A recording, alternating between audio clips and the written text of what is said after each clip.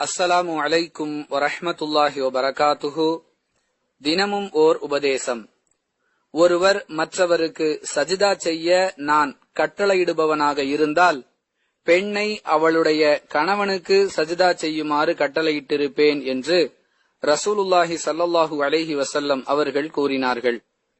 அறிவிப்பவர் Abu Hurairah ரலியல்லாஹு அன்ஹு. நூல் திர்மிதி, ஹதீஸ் எண் 1079. அன்பிற்குரிய அல்லாஹுவின் நல்லடியார்களே, மனிதர்களுக்கு மனிதர்கள் சஜிதா செய்வது மார்க்கத்தில் அனுமதிக்கப்படாத ஒரு விஷயம் என்றாலும், ஒரு பெண் தன் கணவனிடத்தில் மரியாதையுடன் நடந்து கொள்ள வேண்டும் என்பதை விளக்கும் விதமாக மனிதர்கள் தங்களுக்கு மத்தியில் ஒருவருக்கொருவர் சஜிதா செய்ய வேண்டிய நிலை ஏற்பட்டிருந்தால், அதற்கு நான் அனுமதி வழங்கி கட்டளையிட்டிருந்தால் ஒரு பெண்ணை தன் கணவனுக்கு சஜிதா செய்யும்படி கட்டளையிட்டிருப்பேன். அவ்வாறு கட்டளை மார்க்கத்தில் இல்லை.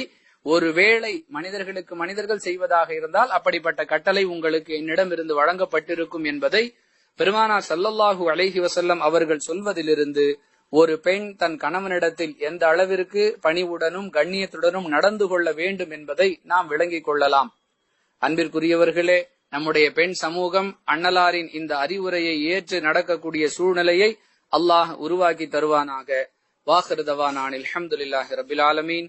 அஸ்ஸலாமு அலைக்கும் வரஹ்மத்துல்லாஹி வபரகாத்துஹு.